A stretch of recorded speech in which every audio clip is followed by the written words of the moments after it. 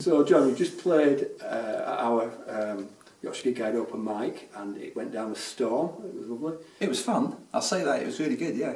Jon Palmer, acoustic band. A little bit about yourself. Well, we're a six-piece band. We've been going for about 3 years. Had a couple of line-up changes in the last 6 months or so. So we've now got a violin player and we've also got a cajon player as well, rather than a kit player. And it's going great. We've got lots of festivals, we've got lots of gigs, and we're going to do some recording sometime soon. So we're looking to get another CD out. Ooh. And it's sort of like a folk band, but you're quite modern, aren't you, in that you write a lot of your own stuff? Yeah, I mean, the band's really a vehicle for my songs, though we do, some carefully selected covers as well. And I guess we're kind of folk-ish. We're certainly acoustic. And I mean, people ask me why we're called the acoustic band. It's because we can actually unplug and actually do it without any amplification. We'll do just get in a circle and do those songs as we are. And folk clubs and folk festivals we often do just unplugged sets as well as plugged in. So it's just great fun. Which do you prefer? There's a big part of me that prefers the unplugged. Although the loud stuff's good as well. I like the fact that we can just do it without any amplification whatsoever. It's good fun. What do you write about? All sorts of stuff really. I've been writing recently some political type songs, like Eating Mess is about the government. There's a song about the NHS. A few sort of serious songs. So I deliberately sat down recently and wrote just a dumb, kind of knowingly dumb song, just for a bit of a change. But just a whole range of subjects really. We played Where the Mountain Meets the Sea tonight. That's a song about the Highland clearances and starts in the year 1792. So just a whole range of stuff really. But what most of my songs do have are like big sing-along choruses. That's kind of a bit of a trademark of ours, I guess. So you like to get your audience singing along with you? Like to if we can. That's a great. If we can get a response like that, it's great. Yeah. Tonight? They did tonight. Yeah, it was great. I mean, it's a really good crowd tonight. Actually. Do all your songs have a feel-good thing about them? Well, a lot of them do. I'm not sure that all of them do. I mean, there's a song on the CD that we've got out at the moment called Gangmaster, and that's a sort of serious song, and it's about child labour in the third world. So I don't think it's right to say it's necessarily got a feel-good factor. It's got a sing-along chorus, and folk clubs particularly seem to like it. And it's kind of a fusion of old folk and new folk, I think, that song. But yeah, it's most of the songs I guess probably do have a bit of a feel-good factor. Yeah. Yeah, I did notice that. Sometimes more serious. Yeah. Yeah. And who does most of the writing? Is it yourself? That's all me. Yeah, all the songs. All of it. Yeah. I've always written songs since I was about 17 or 18. I don't know. I don't know anything else really. It's all I do is write songs. Does that include the music as well? Yeah, I mean, I tend to work in a fairly relaxed manner with the band. So I'll take a song along and it's got a melody, it's got a chord structure, and I've got a rough idea sometimes how one or two of the bits of the instruments will sound. But actually, I'm throwing most open to the band and saying, look, this is the song, learn the song, and then bring your own ideas to it. So I'm not terribly prescriptive in terms of what the band play. I like the final say, but actually, I mean, they're really good players in my band, so I like them to bring that and to do to interpret the song and put their own edge to it. See? Sort of intuitiveness. Well, yeah, I mean, and that seems to be working really well at the moment. It's, I mean, the great thing about my band is they're great players, but they're all, to a person, they're lovely people as well. It's a really nice mix of personalities in the band. Mm-hmm.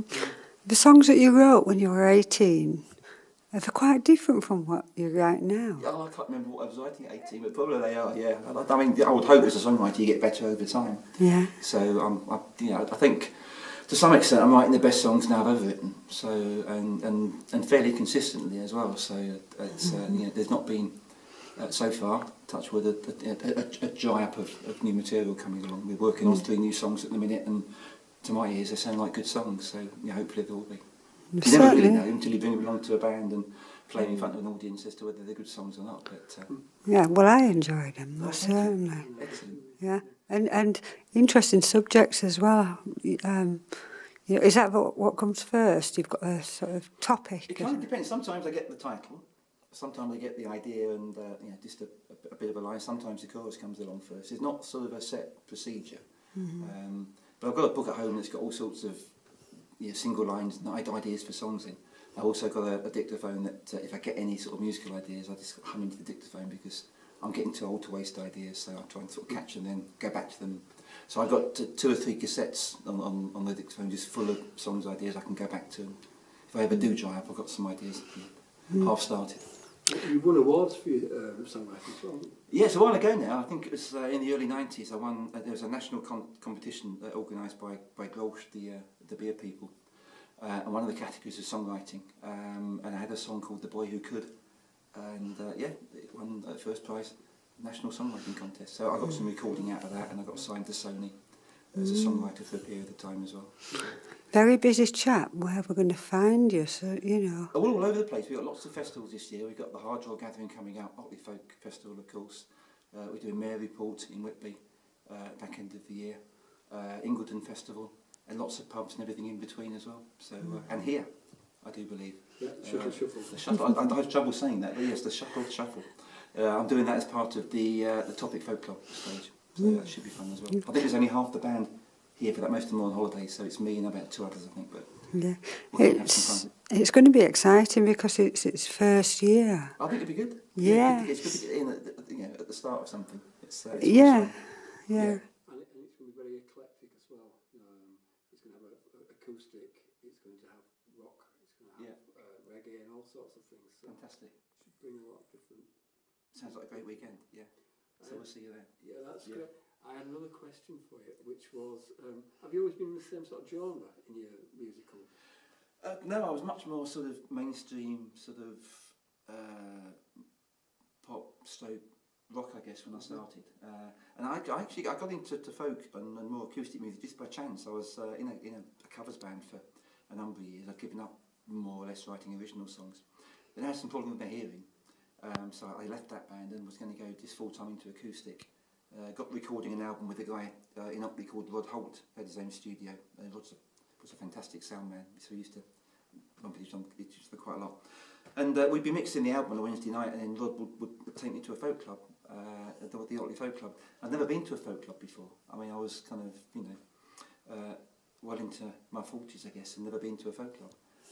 And then kind of got really into it, and I've been going ever since, and now consider myself as part of kind of the Otley folk scene, as well as the other stuff that we do as well.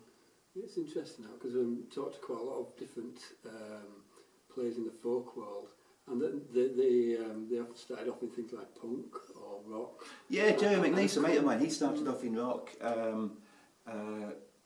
Other people I know, I think Nick Hall, for example, I think he's got more of a background in folk. Matt Nelson, mandolin player, he comes from a very folk family, so he brings a lot of folk tradition to what we do as well. So it's just a bit, we're a very kind of a varied mix of individuals when it comes to folk. But by me, I love folk clubs now. It's strange because I was brought up to play mainly in pubs, I guess, where people they're watching you, but they're doing other things as well. Yeah. So when I first started playing at a folk club, it was a bit of a major shock. You got 40 or 50 people just sat there, not doing anything but looking and listening to what you play. Yeah. It's a bit of a different discipline altogether. I'm used to it now, but to start with, it was really disconcerting. Folk clubs are great places. Mm-hmm. We need to get more young people into them. Yeah, I think people don't really understand folk. They have a certain sort of idea of old songs from the past, don't they? Well, some folk clubs are like that, and that's fine. Folk clubs like Otley Folk Club are actually quite broad-minded. Yeah, there's a lot of... We've just come back from the Beverley Folk Festival, and there's the contemporary sound. That's barely a folk festival at all. I don't mean that badly. It's a really kind of eclectic mix of the music, isn't it? Yeah. It didn't used to be when it first started. It was a very traditional... Yeah. It's sort of... I think it has the strength of its own background in folk that enables it to open itself up to other people. Yeah, and I think that's great. I think that's good as well. And I think the better folk clubs are like that as well. They're respectful of the tradition, but they'll also accommodate other people coming in and trying new things as well. And it's great. And if we can get some more young people into folk clubs, the tradition will carry on. Mm-hmm. I was going to ask you something else, which is, if people want to find you on the web, how do they do that? At the minute, we've just got a Reverb Nation site, which is reverbnation.com/Jon Palmer Band, and it's Jon, just Jon. But one of my tasks before the end of the year is to get the proper website up and running, so that'll be up sometime very soon. That's good. Can people find you on Facebook as well? You can find me on Facebook, Jon Palmer Acoustic Band, and you can find me just under Jon Palmer, just on the personal kind of sort of side of that as well. So I tend to use Facebook mainly for promoting the band. Mm-hmm. Well, it's been wonderful chatting to you. Thank you. No, thank you, and thanks for inviting us across. We've had a great time. It's been really good. Great place to come. Thank you.